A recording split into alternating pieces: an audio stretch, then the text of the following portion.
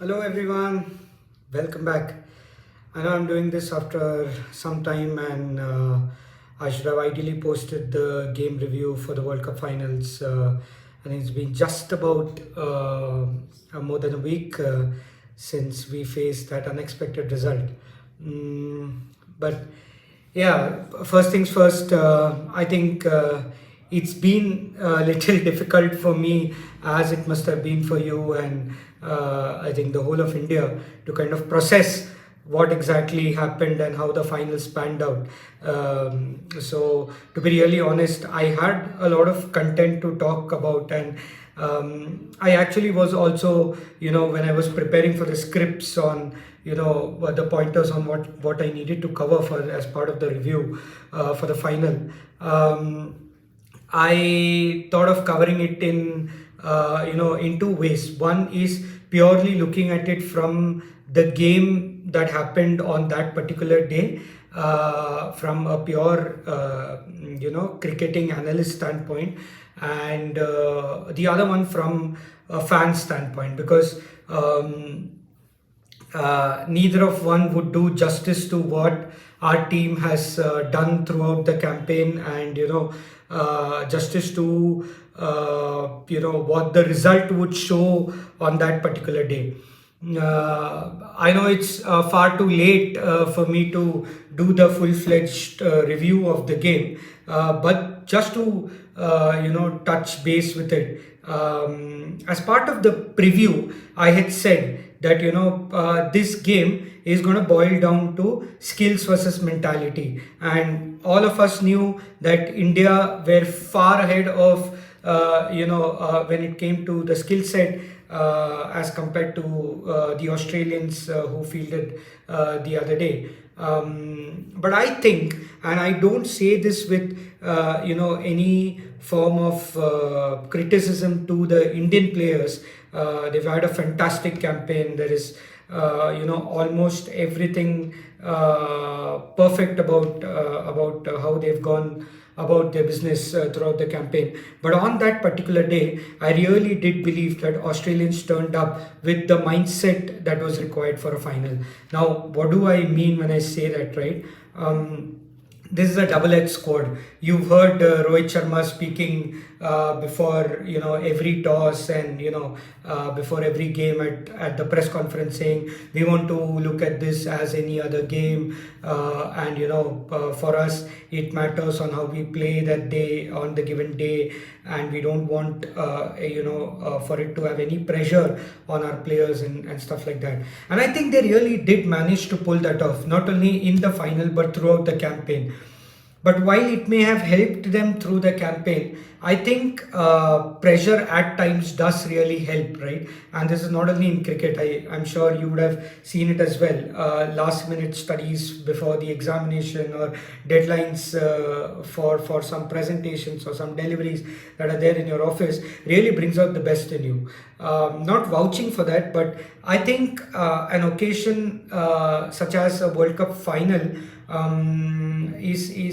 what in my opinion is that it's better to address and acknowledge that it's a big occasion, and there would be pressure, and bring about that champion mentality in you in that given day, which kind of adds on to the skill set that you are obviously carrying around, right? And the Australian mentality was clearly visible right from the time Pat Cummins won the toss, and it was a brave call for him to, field first, going against the general Australian norm of winning the toss, batting first, and trying to bat the opposition out of the game, which has been the norm for Australians right from the late 90s, so to say.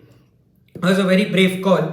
And then if you see the fielding efforts in the first across the innings, but especially in the power play, was exceptional. There were no easy runs given, and even after Rohit Sharma was exceptional as always, but even after Rohit and Shubman got out, and when Kohli and Rahul tried to build the innings back, One of the major factors that have worked for India through the campaign, which Australia tend to have identified, and also in the first game of the World Cup, where India's found themselves in a spot of bother, and again Rohit and Kohli and Rahul did the build-up job and eventually got the team over the line, was the rotation of strike, so that your scoreboard gets keeps ticking, and the odd boundaries, right? So you dispatch the bad balls off and make sure that you get value for those deliveries, right? But I think Australians were very smart over there with regards to their field placement. They were very proactive, very aggressive, knowing where to ball. Very few error balls conceded. So, not only boundaries, I'm sure all of you knew the stat, right? I think there was a period in play where after Rohit Sharma got out, or I think between the 20th and 40th over, there were only four boundaries that were struck. That's an insane stat. And not only boundaries, actually, both of them did not find it as easy to rotate the strike as they did in the first game against the Australians and throughout the campaign. So I think that, and also in the second innings when we did manage to post, I wouldn't call it a competitive score, but given where we were, I think 240 was kind of something to give to the bowlers. I still believe that we were easy 30-40 runs short. But even the second innings, when we had those three quick wickets, 49 for 3, it could have very easily the script could have been otherwise. But again, the champion mentality of Travis Head over there kind of just simply took the game away from us. Yeah, it is going to be a tough loss to recover from. Let's see how it goes, right?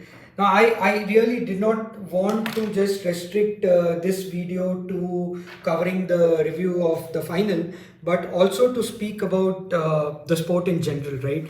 We've just finished a World Cup, and there are a lot of things that are happening. We're going to be covering a lot of things in our channel. It's a very exciting time for where we find ourselves in the sport, and as a fan, as someone who's followed this sport for more than 2 decades, I'm very excited of the things that are happening, very curious, very anxious also with regards to the future of the one-day format and the scheduling calendar,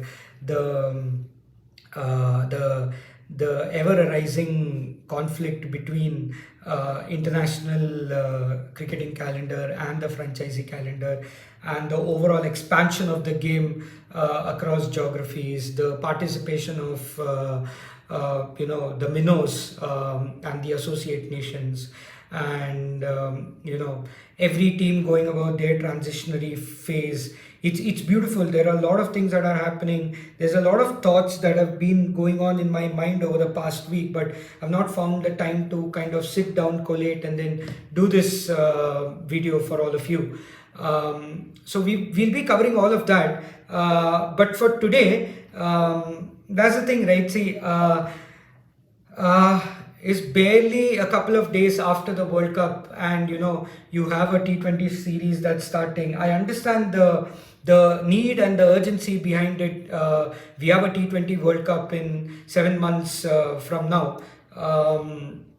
When we used to be kids, we used to wait for these huge ICC tournaments to come, right? And you used to see right after one tournament got over, there was always discussions and questions about how the team is going to be built for the next 4 years when the next World Cup comes in, and what's the vision for the team going to be, who's the leader, what's his leadership style going to look like, who's the coach, who's going to be the coach, what's the support staff, what are the investments that are required to be done.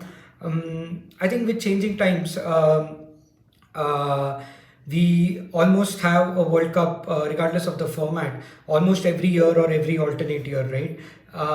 Now, and along with that, the ever increasing importance and the duration of the IPL as well, combined with a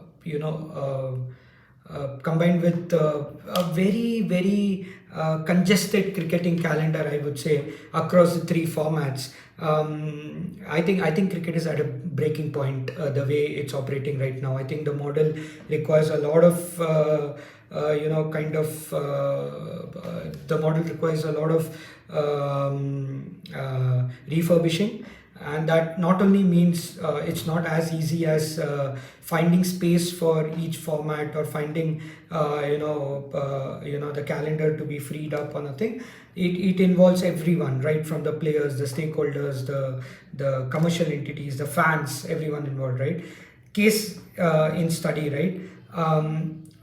2 days after the World Cup final, on the eve of the India-Australia T20 series, Suryakumar Yadav, who is appointed the captain for this series, I think in the absence of Hardik Pandya, I still believe that Hardik Pandya is the first choice captain for India to lead in the World Cups next year.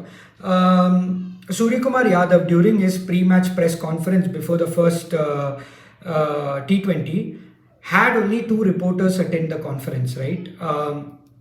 And not ironically, this video is coming out 8 days after the World Cup final is done and dusted. Now, here's the thing, right? The fans are going to be feeling saturated at some point with the amount of cricket that's being played, with the overload of content that's being put out. And I say this as I'm releasing another piece of content. But yeah, so the novelty value with as is a model being in place is going down. So we will talk in the later episodes about how what are the possibilities that cricket can look at as a model to thrive and survive, not only to survive but also to grow. It's a beautiful sport. I've truly vouched for it, and I really believe that there is immense potential for the game to grow. It's still in its very early stages, but I think all the stakeholders involved need to start putting in their thoughts, efforts and actions in kind of accommodating for a model given the changed circumstances around the game, right? It's going to be a very interesting discussion. Probably we'll take about 2 or 3 videos to cover it. I would appreciate if anyone wants to join the discussion. We can do this as a conversational format. So please feel free to comment and let me know if you want to be a part of this discussion, right? What else? We would also be covering, the road ahead for Team India. As we record this video as well, now the country is getting into the zone of IPL. There's a lot of discussions around the contracts, trade deals, and money and players, and all of those. And then the obvious question around the seniors in the Indian team. What is the future looking like for Rohit, Kohli, and what the T20 World Cup preparations are going to look like and everything. So those are the things that we would be covering. So I never got to really kind of introduce this brand to you, Silly Pointer. What I aim to do over here is nothing fancy. You see that I don't have a setup.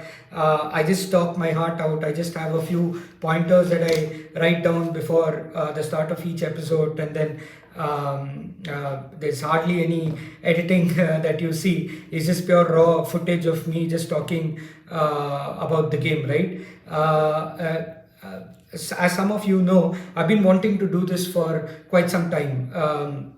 I just love this game, and there are a few things that I realized what cricket means to me in life, and that's another video that I'll be dropping. Maybe we can have it called the story behind the Silly Pointer, right? But primarily what this channel is going to focus on. So the Silly Pointer is going to talk all things cricket, but we are going to at least to start off with. And when I say start off with, I don't know for how long are we gonna focus on just this content, but I'll take it as it goes. But we are going to start off with covering the Indian cricket team, And when it comes to the IPL, Royal Challengers Bangalore, because I'm a fan of RCB.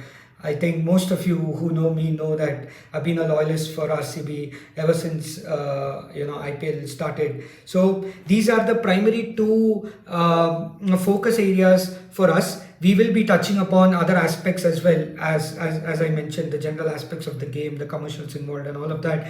But I hope you do understand that as of now, I'm the only one who is kind of driving this channel. So, speaking coverage of the game to a broader spectrum means more research, more investment, and more time, which would eventually come along, I believe, as we go through this journey. But for now, I would like to stick to the Indian cricket team and Royal Challengers Bangalore. So these are the things to look for. And I believe that I could be more consistent in dropping these videos. I would try my best to drop it more frequently. I would request your support, and I would request the best way of support would be two ways. One is to engage in whatever way or form you feel to be appropriate. Please feel free to, if you want to be a part of these episodes, please feel free to let me know. I've always wanted to do this as a conversational format, so I'd be glad to do that with anyone who's interested in this, and also in the ways of constructive feedbacks, any form of criticism, acknowledgement of anything, and added knowledge of the game as well. Added perspectives are welcome. So I'd request your support, and I hope to be dropping more content. Thank you. See you. Bye bye.